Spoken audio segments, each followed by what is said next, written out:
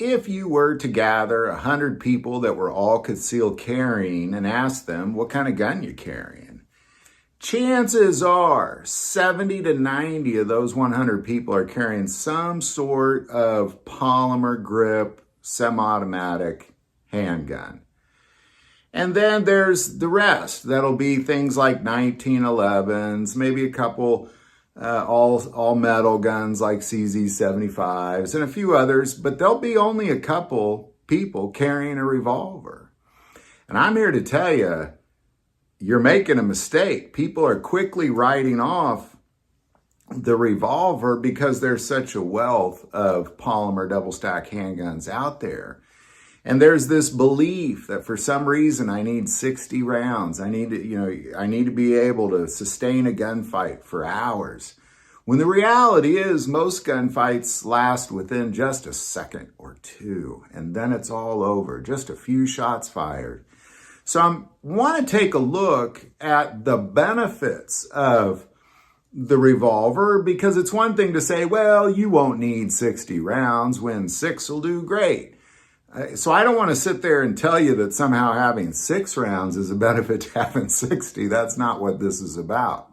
But there are definitely things that a revolver will give you that none of these other guns will give you collectively like this.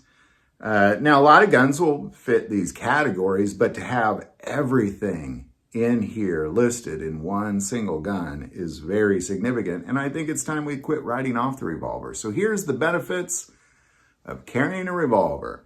Number one, reliability. A revolver is truly one of the most reliable guns on the planet. It's a time and tested, true, reliable means of firearms. And being able to just pull that trigger, rotate that cylinder, if for some reason something goes wrong, you just pull it again. And chances are, if it's not firing, it's something to do with the ammo. There's definitely, most likely, nothing wrong with your revolver. Fantastic reliability. That, and I know there's reliable semi-automatic handguns out there, but not as a percentage of reliability that you're going to get out of revolvers. All right, next, simplicity. It's so simple to use, so simple. You just pull and squeeze. It's easy to load. It's easy to reload, and a lot of times people won't use their semi-automatic handgun because they fail to make it function. Like maybe they're getting older or they have weak grip strength or that sort of thing. Anybody can operate a revolver. Very, very, very simple. All right, third, double action, single action trigger. Man, this is a great thing because most guns don't give you the option.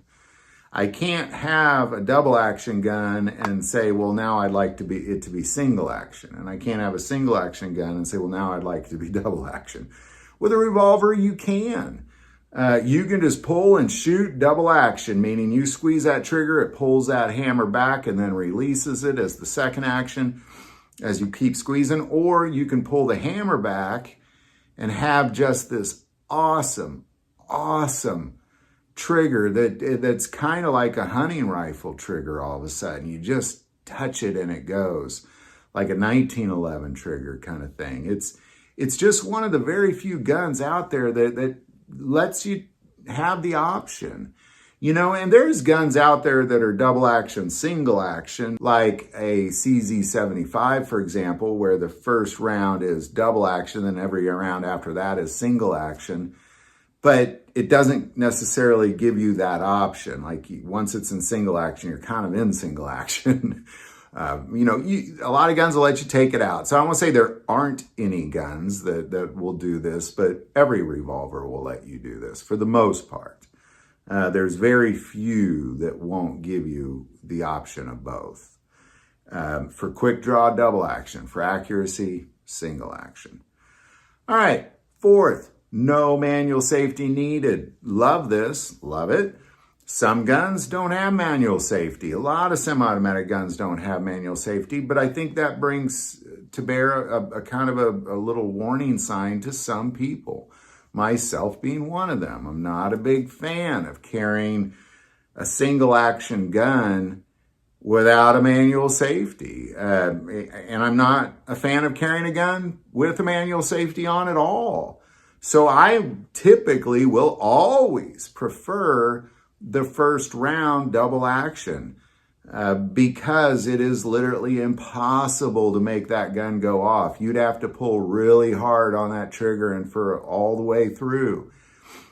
It just gives you that option to not worry about a manual safety. You know, and I know a lot of you don't worry about a manual safety. I understand that. A lot of people carry Glocks and SIG P320s, and that's fine. I just am not one of those people. I'm a work in progress. I love Glock, love them, own a couple of them. I just would prefer, if I'm going to carry a gun around, that there be the first round double action. It's just a personal preference of mine. And it's something about the fact that you just don't need that manual safety. You just pull and squeeze. And I know that's why people love guns like Glock. But if you're not going to, if you're not going to fit in that niche, then there's not a lot of other options.